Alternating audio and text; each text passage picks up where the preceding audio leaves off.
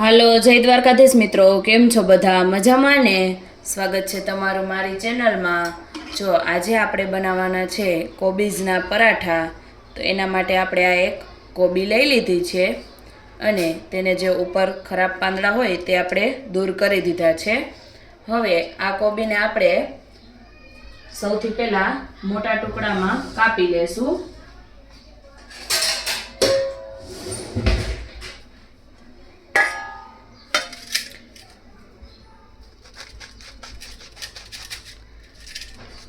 કોબીના આપણે મોટા ટુકડા કરી લેશું. ત્યાર પછી આપણે તેને ચોપરમાં ચોપ કરવાની છે, એટલે અત્યારે આપણે તેને મોટા ટુકડા રાખીશું.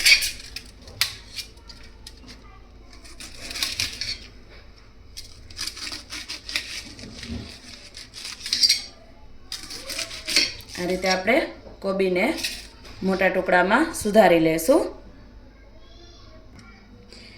આ રીતે આપણે કોબીના એકદમ રફલી એવા પીસ કરી લીધા છે. હવે આપણે તેને ચોપરમાં એડ કરી દેશું અને ચોપ કરી લેશું, જેથી તેને એકદમ ઝીણું કટિંગ થઈ જાય. તો ચોપરની મદદથી આપણે કોબીની એકદમ ઝીણી એવી કટિંગ તૈયાર કરી લીધું છે. તો કોબી આપણી એકદમ સરસ રીતે ચોપ થઈ ગઈ છે. હવે આપણે તેમાં આદુ મરચાં અને લસણની પેસ્ટ એડ કરી દઈશું. તમે લસણ ન ખાતા હોય તો સ્કીપ કરી શકો છો.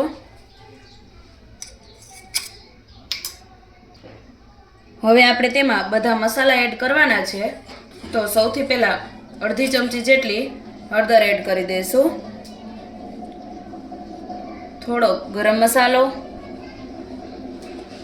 1 ચમચી જેટલું ધાણા જીરું પાવડર, થોડુંક લાલ મરચું પાવડર. આપણે મરચાં તીખા લીધા છે એટલે આપણે લાલ મરચું પાવડર ઓછું એડ કરશું. ત્યાર પછી થોડીક હિંગ એડ કરી દઈશું અને સ્વાદ પ્રમાણે આપણે મીઠું એડ કરી દઈશું.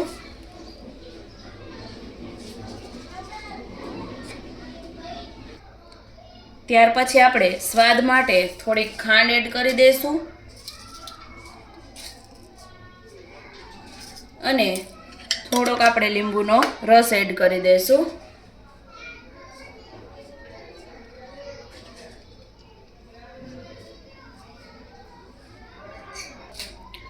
હવે આપણે તેમાં થોડા લીલા ધાણા એડ કરી દઈશું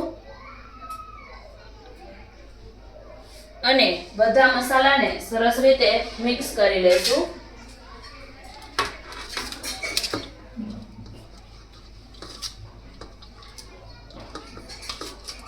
કોબી સાથે બધા મસાલાને એકદમ સરસ રીતે મિક્સ કરી લેશું.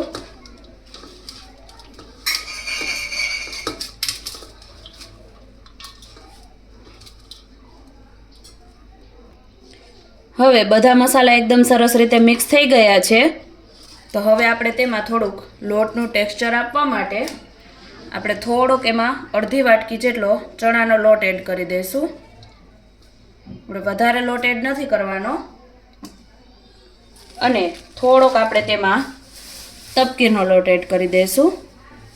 તમે તપકીરની જગ્યાએ ચોખાનો લોટ પણ લઈ શકો અને જો એ પણ ના હોય તો તમે ખાલી ચણાનો લોટ પણ વાપરી શકો. તો તમારે ચણાનો લોટ થોડોક વધારે એડ કરવાનો છે. હવે આપણે લોટ સાથે એકદમ સરસ રીતે કોબીને અને બધા મસાલાને મિક્સ કરી લેશું. આપણે તેના લુવા વાળી શકીએ એવું ટેક્સચર આવે, બસ આપણે એટલો જ લોટ એડ કરવાનો છે. અને પાણી કે કાંઈ આપણે એડ નથી કરવાનું. કોબીજમાંથી જે પાણી છૂટું પડશે એમાંથી જ આપણો લોટ બંધાઈ જશે. જો જરૂર પડશે તો આપણે વધારે લોટ એડ કરશું.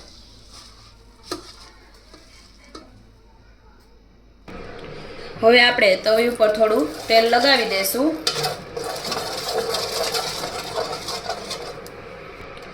અને ત્યાર પછી આ રીતે થોડું આપણે જે કોબીજનું મિશ્રણ તૈયાર કર્યું છે તેને વચ્ચે મૂકી અને હાથની મદદથી આપણે આ રીતે તેને પરોઠાનો શેપ આપી દઈશું.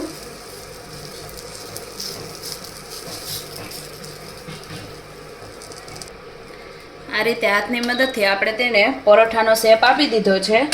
અને હવે આપણે તેમાં ફરતે થોડું તેલ લગાવી લઈશું અને તેને મીડિયમ ગેસની ફ્લેમ ઉપર આપણે થોડીવાર માટે કૂક થવા દેશું. હવે એક સાઈડ કૂક થઈ જાય એટલે આપણે તેને બીજી સાઈડ પલટાવી લેશું. એક સાઈડ એકદમ સરસ ક્રિસ્પી થઈ ગયું છે. હવે આપણે તેને બીજી સાઈડ પલટાવી લીધું છે અને બીજી સાઈડ પણ આપણે થોડુંક તેલ એડ કરી દઈશું અને હવે બંને સાઈડથી તેને કૂક થવા દેશું.